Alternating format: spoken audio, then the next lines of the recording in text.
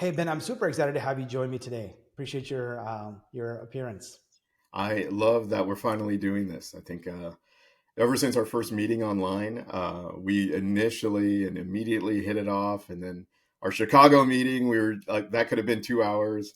And every time we chat, we're always kind of uncovering something. So Yeah, hopefully that comes through in this recording here, and the the viewers really appreciate this chat. most certainly. And I think just when we are as marketers, right, like just being able to talk to somebody who lives it every day is Yeah. always an encouraging, encouraging experience. So looking through your LinkedIn, I can see extensive experience. You've started your early career in house as a marketing agencies, went on to work at some of the best tech companies, right? Several exits under your belt that we saw that you worked at. Later on, you went on to be a fractional CMO role in multiple tech companies, and now you're back in house as well. So I'm just curious, what were the kind of the reason for those transitions and how you got to where you are today? Sure. What I always tell people is my background is kind of just working through from the bottom up. I actually started in the early 2000s as a web developer and a database engineer, oddly enough. And I got into the agency world because as a side hustle, was just building websites for a lot of small businesses. And then everyone would ask, hey, how do I get traffic to this website that you built? And I'd say, I don't know, talk to a marketing person. I don't know how to do that stuff. And then I started listening to myself and I was like, wait a minute, if I learned marketing, then I could kind of do a twofer. And that's how I ended up investing there. So went and got some more education. And then I literally just went and applied to every agency I could, to try and get my foot in the door and learn hands-on advertising and marketing. So circuitous journey through like B2C side, then to finally B2B and working with different startups. Worked at a CRM startup in Sightly, then went on to One Login and Uberflip. And then after my stint there, I decided to just go fractional for about 15 months. And that was interesting. That was most of last year. And what I really wanted to focus on was, early stage AI startups. That's what I wanted to market. I love getting into AI. I consider it kind of the next paradigm shift, kind of just like, my earlier stint where the CMS was the first paradigm shift. Now we're in the AI phase. And I wanted to really learn more tactical, like on the ground, G team engineering stuff, which I know we'll get into later. And now I'm back in house. Got recruited to lead the team here at Lightsource. And it's just an interesting space, procurement space, brilliant product and platform, AI native, which is a must have requirement for, any startup that I'm kind of working with now. And it's a great phase of the journey. Hmm.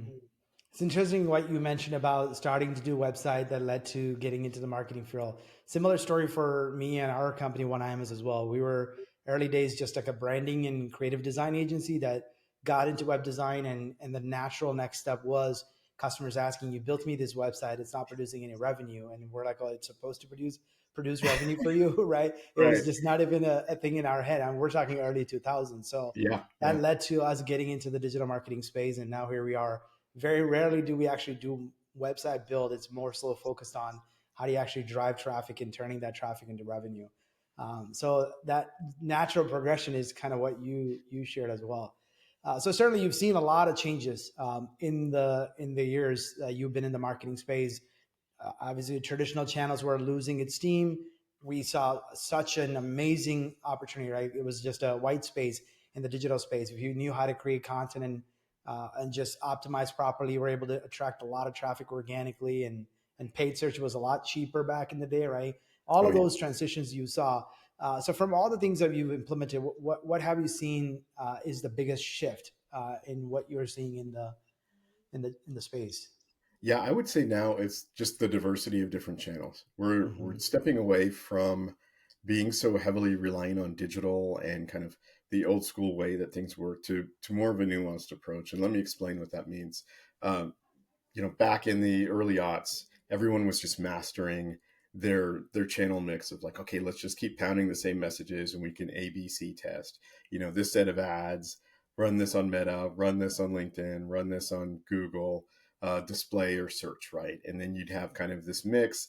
You'd hit kind of your cap where it's like, okay, we've maximized this, and then you're just kind of making iterative rule-based tweaks on down. As simple things like, okay, if I tweak day parting, if I trim this audience or that, you're just kind of squeezing ROI out of these channels.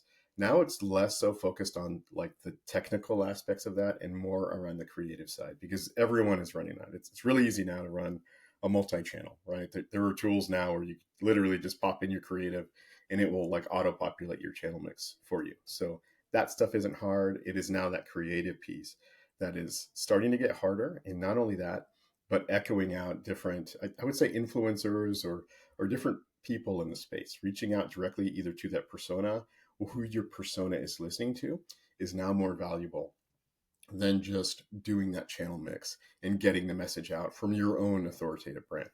Mm-hmm. From what you just described, what are some of the things that you just don't even try doing anymore? What are some of the tactics that worked really well in the past?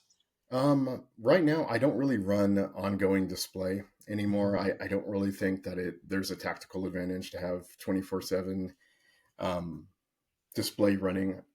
And this could be arguable, right? For Mm-hmm. some industries, you might say, no, we need to do this. If I'm running a B2C e-commerce store, continually having that set of impressions, if it's super low CPM, okay, maybe that makes sense for you. But on the B2B side, right now I'm marketing to enterprise users and they don't need to see a constant string of impressions. What they do need to see is a constant stream of thought leadership coming from the people that they respect in the industry. So I'd rather have, a set of 6 or 7 podcast guests, over the course of a quarter and kind of drumming out snippets of those discussions. That's going to go 10x kind of the brand awareness and thought leadership side than me just plastering a bunch of display ads that are following everyone else around the internet.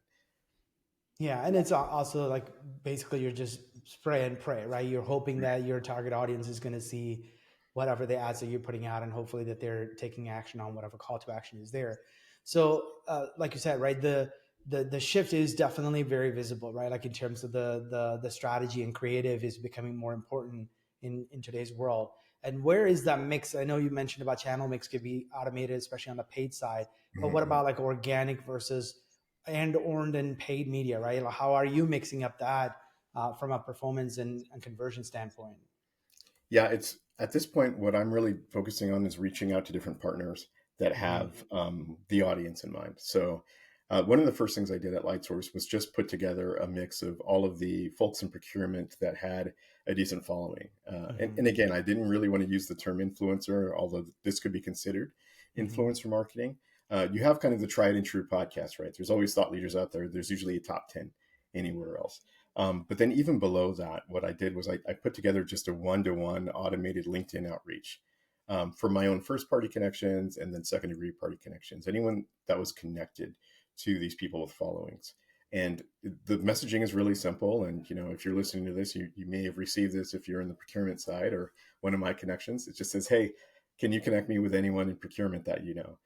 And it keeps resurfacing like the same top like 50 people. People kind of keep recommending like the Mm-hmm. right people, and that gives me signal that I'm like, okay, good, I'm talking to the right people because I've interviewed usually the people that they're recommending. And then from there, I'm just doing follow-ups with them and saying, hey, would you like to do a podcast? Would you like to advise on the marketing? Would you like to get a better look at the product and advise? I'm not necessarily pitching them. I'm not necessarily trying to win them over. I'm literally just trying to curate more persona research, but then also, leveraging their expertise to one day, have them be in that mix that I'm talking about, where they're kind of authoritatively talking about a subject, and then our target audience is seeing that. You'll notice there's not a lot of transactional language that I'm using here. Mm-hmm. Most of the stuff is purely organic. It's just based on outreach. It's based on kind of their goodwill, and then from there we can quantify that into ROI based on people that are coming in. We start to see if we do this over time, seeing more quality um, target personas reaching out to us via the website Mm-hmm. as well. Yeah, I mean, what you're describing is definitely right. Like a little bit of market research, a little bit of brand building, right? You're trying to Mhm. create awareness in the market within in front of your the ICP and possibly some influencers, like you mentioned, but ultimately leading to some sales conversations in the future. Some of which you may or may not have any ROI to prove today, and you cannot even probably pinpoint to a sale that came from it. but you are actually building momentum for the brand in the long run. So talk to me a little bit about kind of the balancing act, right? Because Mhm. try selling to the leadership, especially, oh, we need to focus on brand building. We have to get brand recognition. Some of those things are not often well received because as we all know, right, leadership wants to see dollar sign. They want to see Absolutely. conversion. They want to see revenue. So how are you, especially at this company that you're in or anywhere that you've helped in the past, balancing this brand building efforts versus some sort of a sales activation type of strategies? I wish I had like a one size fits all answer to that. I really don't. What I found Mhm. over the years is that there are some folks that get it and some folks that kind of don't. Mhm. And then there's, within those two camps, there's variance. There might be an 80-20 or 70-30. So for the folks that really believe in branding, it's easy to kind of get them to invest in this. And they'll say, yep, I get it. I've seen people do podcasting and thought leadership and all these other pieces, right? We need a steady drumbeat. For the folks that don't, they really need to get a sense of what can happen. And the way that Mhm. I like to explain it is a good investment in brand building kind of just increases the level of awareness that you can have kind of from the top down. There's two ways that you can go to a market from that top down, building the brand. And then from the bottom up, you can literally just download your full ICP list, all X number of accounts, find every person on there and try and reach them on a one-to-one basis. That's going to cost you a lot more time and likely money doing the Mhm. bottom up approach. And it might not even be good quality if you were able to just text message every single person, right, that needed to know about your product. Maybe you could do that, but maybe you'd annoy them. Maybe that's not their channel. Maybe it's just not the way. But a top down approach, coming at it from thought leadership and a brand building perspective, attracting them to come to you, usually does kind of increase the quality of the outreach and the intent of the outreach. So that's how I try to explain it. If I can get buy-in there, then obviously what I'm going to do is build attribution the best way I can. So each of the tactics I mentioned, I do leverage in my marketing automation platform, building out campaigns, tracking and automating workflow the best I can to kind of see influence contacts. And at the end of the day, we'll see, some of the pipe and rev that comes in through there. But I can also just see from a traffic and quality perspective how things have been impacted as we've been investing, which gives us enough signal to kind of keep everything moving forward. Mhm. So, what are some leading indicators that you monitor? Obviously, you mentioned traffic, Mm-hmm. and then lag measures that you can prove the ROI. So, especially early days, like you're getting on podcasts, may not directly translate to a demo booked to a revenue. So, what are some signs of success that you can point to? It's not just traffic, it's traffic based on your ICP. So Hmm. it's kind of those two things. So immediately investing in, doing event speaking, podcasts, thought leadership, all of these other brand building pieces, you'll see, bumps in traffic. You'll always see that. But is it the traffic that you want, right? When we start to see more people coming in through, what I call the front door, which is just, the hand raised everyone has on their site, request a demo or contact sales or whatever that CTA is. When we start to see more qualified people coming through, that tells me that we're on the right path, right? And we're starting to see that now. We really went hard and at Lightsource investing in a series of events. We did 4 events in 4 weeks, which was just arduous for the whole team. But each event had like we were leading a panel, hosting a panel, we had a speaking session, and then all of that content we're now echoing out into the field as I'm also kind of still running this kind of influencer based outreach, and we're starting to record some of that. So we're building momentum on that side, and I'm literally just seeing through our front door a lot more qualified people are starting to come through. We're Yeah. also getting more students and looky loos and all that stuff, but I've built some automation to kind of paddle those people back out. But we're starting to see a lot more quality too. Most certainly. And I think what you said, mentioned earlier, like the bottom up strategy, which is like you source all the prospects and you would target to them, outreach to them. And unless the timing is right and they were just in the market to look for a solution like this, your possibility of even getting a reply is Yeah, very, very less likely, right? Whereas if you're creating content, creating awareness, as the leads come in, they already have a level of trust built with the brand that increases the likelihood of them choosing you over an alternative option. And yeah. we seem to see the sales cycle get shortened a lot too. So I don't know if you've seen some of that success from your efforts where, hey, we get leads, they say, I saw your content, and I know you guys already do this, I want to see the demo, and then in terms of decision making process, get a lot shortened after that.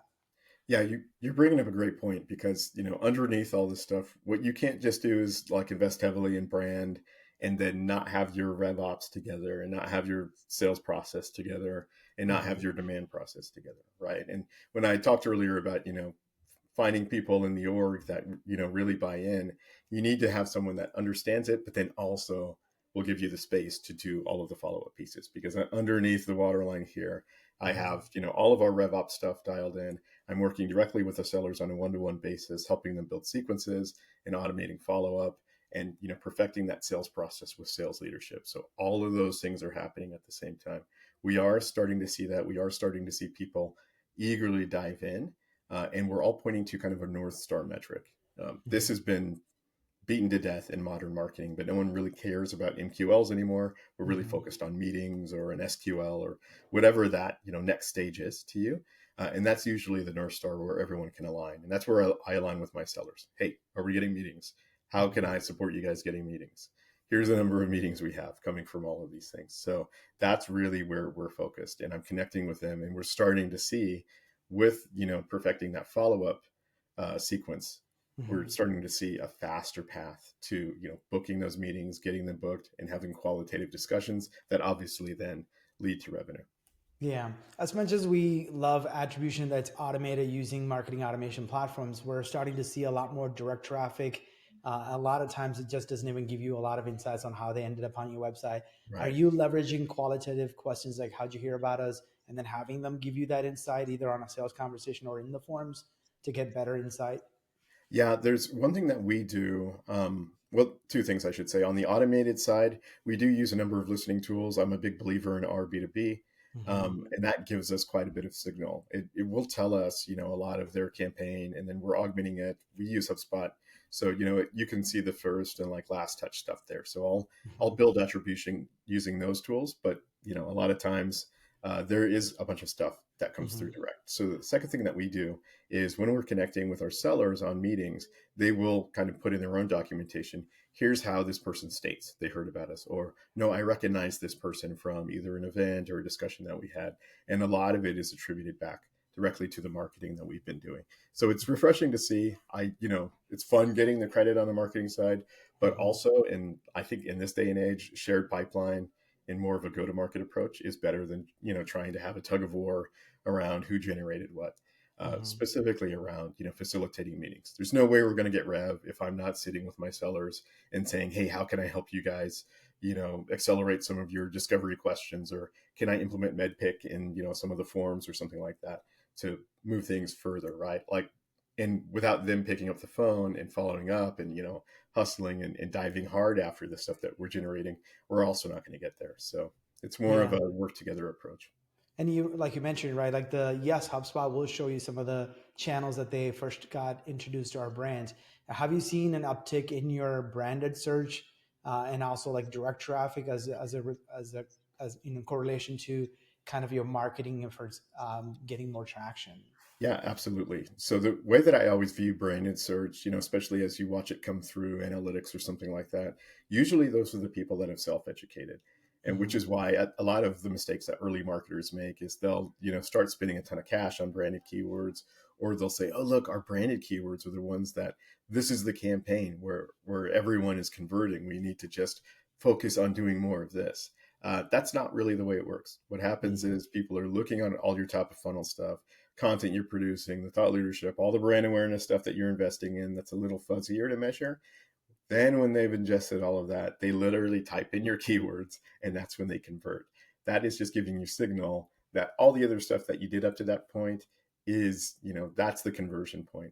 So I still don't spend money on branded keywords. I don't think it's a good idea to do it. You can maybe spend a little if one of your competitors is trying to snipe them. But outside of that, focus on everything else that happens before that state. That's really kind of almost mid funnel, around the conversion point if you think about the journey, um, and focus on everything else that leads them there. You'll see that people are actually ingesting stuff further upstream before they make that search. Yeah, sometimes the brand research isn't necessarily evil. You kind of have to do it, like you said, right? If your competitors are bidding on your brand, but we have had a lot of conversation with the customers, the clients, always like, "Oh, our brand research is what got that Right. demo. You can't take credit for this." But then later on, we'll have to show them like, "Hey, if we shut the Google search ads and run it for 90 days or 30 days and see what how much of your conversion is actually coming from brand research, you'll see a direct decline in total conversion that's Absolutely. coming from. It doesn't necessarily mean just because they just search brand name, that's how you got all your demo request or lead flow.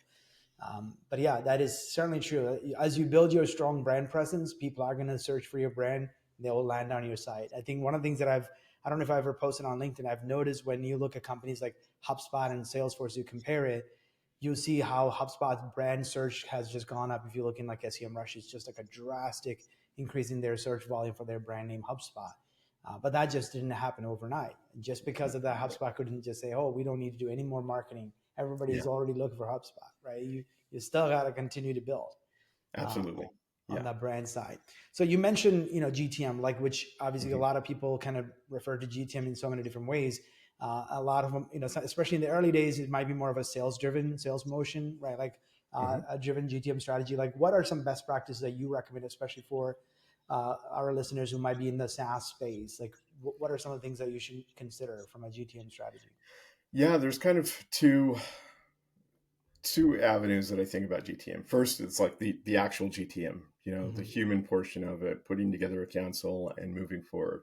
GTM to me means a combination of sales, product, and marketing, continually communicating and moving forward on one agenda. So, Mm-hmm. how does the product intersect with sales? How does that intersect with marketing, right? You should have your product owners, your product marketers in the room, and obviously your sales leadership in the room as well, and customer success. That Mm-hmm. successful handoff. When the dog catches the car, Mm-hmm. what do we actually do after someone converts and after we get a sale? So as long as everyone's kind of communicating and discovering gaps and solving for that and moving things forward to keep things moving smoothly, that's kind of your GTM process. Uh, Mm-hmm. these days, it's now evolved also into the concept of GTM engineering, which is the second thing I was talking about. And now, what that means to me is it's almost uh, this weird layer of like RevOps and engineering and just being curious about tools, Mm-hmm. to break out of like the old paradigm shift of like, oh, I need a platform to do X. Now it's like, oh, there are this diverse set of tools. Now I just need to know how to use AI. I need to know how to, connect one to another. So like Zapier is coming back for me now. I used to use Zapier a lot in the early aughts, and then I was like, "Oh, it's this hacky thing," and now I'm like, "No, Zapier is back. It's awesome." Mm-hmm. And so now we're doing a lot of GTM engineering instead of like wholeheartedly investing in platforms. So those are kind of the two areas of GTM that I think about now when I mention it. Mm-hmm. Yeah. So you mentioned tools. I think that's another, it's a good thing and a bad thing in the marketing and sales Yeah, world, right? Tech stack became a big part of it. And I often tell people technology is not the strategy, it's just a yeah, means to an end, right? You got to know what you're going for. Just buying marketing automation platform or just buying the best CRM you can find on the market, right? Like that doesn't guarantee sales. You no, kind of still, like you said, like the GTM, you have to have the strategy on who you're going after, how you're going to get there, what channels are going to be leveraged, and what success looks like, and how do we measure if we're going in the right direction. But from a technology and tool, especially you're talking about GTM engineering, how do mhm. you look at all of that, like the technology as a whole, as an enabler to help the company move forward in getting that ultimate goal, which is revenue? Yeah, I'm pretty tech focused because I have that technical background. Having been a former dev, I can't even say I'm a dev anymore because the Mm-hmm. languages I code in are like dead at this point. But uh, um, I always think about the tech stack, and the way that I think about it and guide, if I have a RevOps or MOps person, is what are the essential pieces? Like what's the gas that runs the engine that like we literally can't turn off the tap? Usually, it's Mm-hmm. like your CRM, your MAP, and a couple of other pieces, right? It's like, okay, if we strip that out, we'd just be dead, or we'd be operating blind. Do we have the right one of those in place? Are we using every part of the buffalo? For instance, when I was doing early stage startup advisory, I would often advise, some of the early stage guys, like, hey, you don't really need to invest in a Salesforce yet until you hit X number of records and X number of, departments using it, you might just get by with something as simple as Pipedrive, which is a very sufficient, lightweight CRM with super super capable workflow capacity and task management capacity, really for your sellers. If you're doing like heavy outbound and just simple deal flow, that thing works great, right? Mhm. If you want to layer on email on top of it and start to use marketing automation, that thing does not work so well. But that's when you're ready to graduate to like a HubSpot, right? So you got to use the right tool for the right job. So that's one of the big pieces. Think about that. The second piece is then making sure that you're not just knee jerk going for a platform to solve a certain problem. One thing that everyone thinks about, right, is either ABM or capturing web intent and visitors. We personally have not invested in a full ABM platform because we really don't need to at this time. I'm doing a great job of implementing enrichment and a lot of signal based audience building, just leveraging our B2B and a Clay connection that we have. We have a lot of credits in Clay that we've worked out, and I can now enrich all of the visitors, drop them back into HubSpot with workflow on that side, kind of funnel them back out to our sellers. And then even with that enrichment, I can run additional enrichment in Clay to tell me, oh, look at their 10K and let's see their COGS. Oh, see, the size of the team that they're hiring for. Look at people changing jobs. It's got handles into all the different data out there. I can automatically build different audiences, and then that will trigger back into HubSpot, which then signals a sequence in HubSpot that looks like it's coming directly from a seller, and this is how they're getting meetings. So a little more legwork on probably the RevOps side. You do need someone technical in-house, but that's how I think of the tech stack now. And like we're seeing the emergence of the GTM engineer, right? There's a Mhm. reason um, that job title is starting to gain weight, is because people just want that person in-house rather than investing in a platform.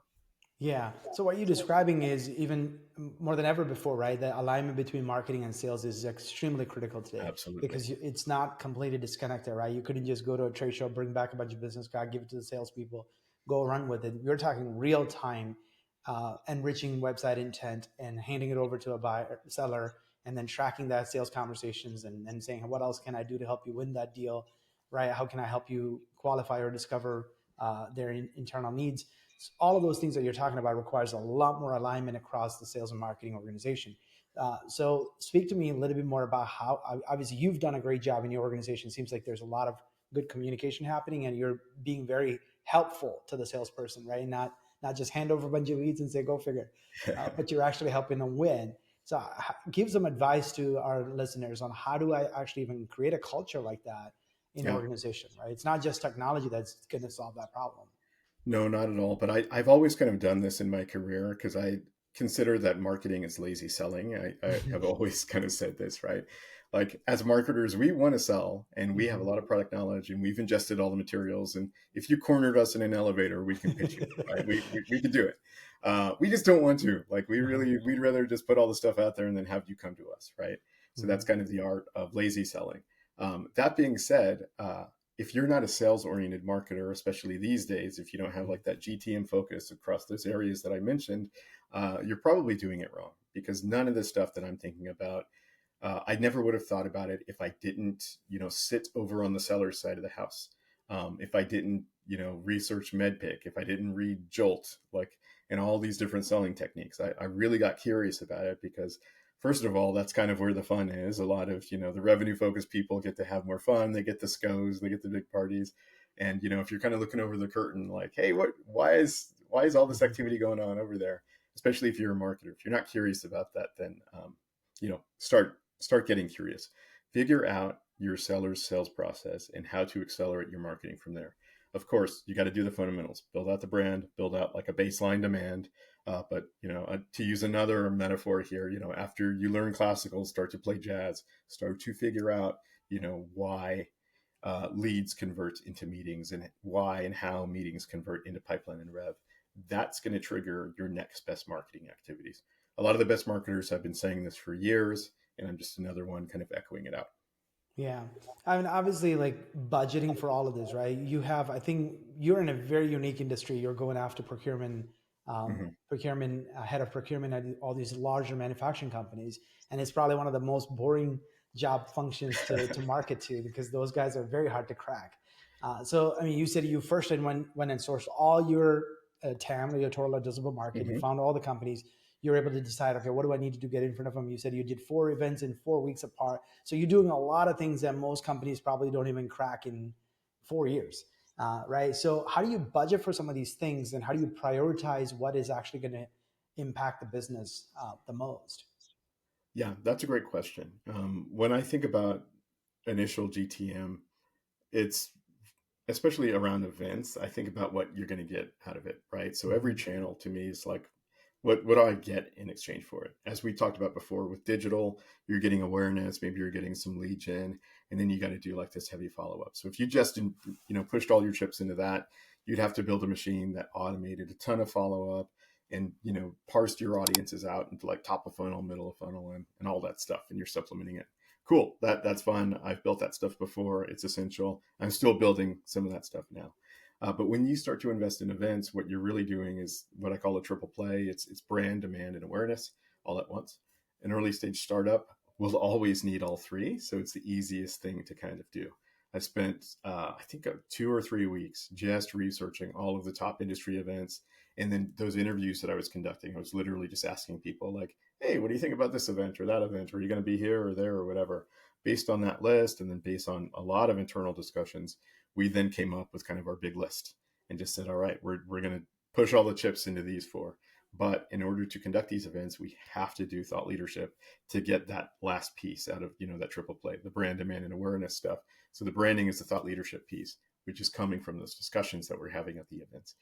And then boots on the ground during these events. It's not like we're just sitting back and hanging at the booth and collecting leads. At one event, we had Procurement Live. It was the one that we met at over in Chicago. Right after you and I hung out, some protesters had broken up that event, completely unexpected, and they shut down the full event. So what we did, we had the list, which, pro tip, always negotiate for the list. We immediately enriched it. We were able to run like a very quick, instantly outbound campaign and even an SMS based campaign where we did a bar buyout, like within walking distance of the venue, and said, hey, if you still have your badge and if you're bummed out that the event got shut down early, meet us here. Anyone with a badge, free beers on us. A bunch of people came over. And then we ended up having like a micro event in addition to the dinner that we'd already organized later that night. But it ended up being like a big success and a big hit for us, and a quick pivot. So it starts there, but it kind of continues. That GTM engineering side again and the ingenuity side just needs to come through, and you got to just be ready to kind of do it all. Hopefully that answered the question. Yeah. And then as far as from like a budget standpoint too, like how do you think of big picture, budget and also prioritizing some of these things? The biggest question people ask is how much should I budget for something like this, right? A Yeah, lot of times the rule of thumb is, oh, this top 1% of the top line or 5% of the top line revenue put toward marketing initiative, right? So if you're yeah, going into an organization trying to orchestrate all this, how yeah. do you prioritize tactics that are going to have the biggest impact on the business and then budget accordingly? Yeah. So with LightSource, we built out like a demand model, which is like Mm-hmm. a classic model that I usually use. Just looking at the goal that they have, right? So everyone has a rev goal for the year, and backing into that number, what Mm-hmm. I'm able to do is use historics to kind of calculate the cost per X. Wasn't a lot of historics, so I made some assumptions just based on industry research, and then Mm-hmm. came up with a budget. And then from there, I said, okay, what do I need to do, and where can I place bets that are like foolproof ROI generation, across what we needed. So brand, demand, and awareness, always events first. I carved out, a good chunk of the budget saying, let's focus here. All of the other things I know I can do for cheap, like digital, we can, run all day and decrease spin there and maximize ROI there. All of the thought leadership pieces as well, because a lot of it's organic. Earned media, same thing, but these events will always kind of prove ROI. Um, and luckily, we benefit from a pretty high ACV on the procurement side. So, Mm-hmm. the cost of an event is really, the cost of maybe one deal. So that's where we decided to invest. And then obviously I had to get buy-in from the founding team and from everyone else. But when we ran the numbers, it looked like it was a foolproof bet to kind of place a lot of chips on the event side. Yeah, and events are definitely taking a comeback. It seems as though because people are finally getting out of their houses and wanting to go meet human beings in person, not Yeah, just have more Zoom calls. Uh, It depends though too. It varies by industry, right? If mhm, you are lower ACV, or even have like an e-commerce product, you maybe just need to do one event, right? And the way mhm, that I think about events, it's like you have your tentpole events that are like your big ROI pieces that maybe there's one or two or three a year. It's like, okay, we got to be at this one. This is mhm, where everyone is, and that's maybe where you blow out, a big portion of your budget, and then over time, right, you'll get some ROI out of that. It might take a year, but mhm. you'll get it. And then you can like literally just do micro events as well, which is also making a huge comeback. Those ultra targeted dinners that everyone gets invited to, those work really well. People always want to Mhm, show up for like a good experience. And, usually those only cost 3K. mhm, And then if you get, 18 people from your ICP in a room for 3K, yeah, mhm. anyone's going to double down on that. So Yeah. you got to think it through and, measure the ROI and the outcome that you need. But uh, events are really effective. Yeah, like you said, you have to have your GTM and the technology all figured out. You got to have good Yeah. nurture strategy right after the event, all of those things, right? Or if something were to go wrong, you had a system and technology in place that can quickly send them emails and invite them to show up at a bar at a moment notice. You got to be able to do that. Yeah. Obviously, I think the one industry that's been most impacted by AI is probably marketing, and definitely getting sales is getting there. So, what's your outlook on how AI is impacting, both from a positive and also what are some negative connotation you have about how AI is changing the game? Yeah, it's good and bad, right? We've all seen horror stories and we've seen our LinkedIn feeds get, just longer and longer and longer. So, and we've also seen like those automated LinkedIn comment things where I think it's always funny when like two different people are using them and they have the same exact comment. And you're Yes. like, oh, great, you're both signed up for whatever that platform is. Uh-huh. So, I think we're at like a tread carefully moment, but definitely Mhm. use it moment, right? Last year I was doing webinars around how there'd be a prompt engineer uh, role that would emerge. That ended up not being true, but a GTM engineer role is true. So someone in house that's an expert. Um, the steps of deploying AI are such that you need to have an in-house policy. If you don't have that already, build one. The next thing is empower your team to use AI for every part of their workflow, and it might be Mhm. ugly at first. Um, Even last year when I was advising some early stage startups, right? A lot of them were like, oh God, we don't want to use this for copy. And a lot of the copy that was spitting out of GPT and Claude and Gemini was bad. It was quite bad. But since then, just in a year, 18 months time, uh, some of the copy is brilliant now. Or Mhm. at least it's a really good straw man. And we're also seeing like less is more from, a copy standpoint. So you probably don't need to write 5 paragraph outbound emails anymore. You can get away with like 2 lines at this point. Mhm. Someone wants your business, they're going to go after it. That's all they need is a signal. So it's using stuff like that. But so that's kind of the bad, I would say, is test it, deal with the ugly portion of it, iterate to success. The good though is that when everyone reaches a certain baseline, when everyone gets to that point that they're all using AI, and I think all of the tools will continue to merge where the hacky stuff that I'm talking about, I might not even need to do anymore, which would be great, which would save me a lot of time. What will then emerge is just a high amount of creativity. Who's using these tools in a really creative way? And that's what I'm starting to focus on. I've Mhm. built out, just my basic stuff, the blocking and tackling pieces. I'm now starting to think about, okay, how can I insert something unexpected because we're suffering from sameness syndrome. That LinkedIn feed is starting to look the same. Everyone's doing like the first person video and everyone's doing kind of the same think pieces and things like that. And AI is certainly assisting with increasing the amount of generation.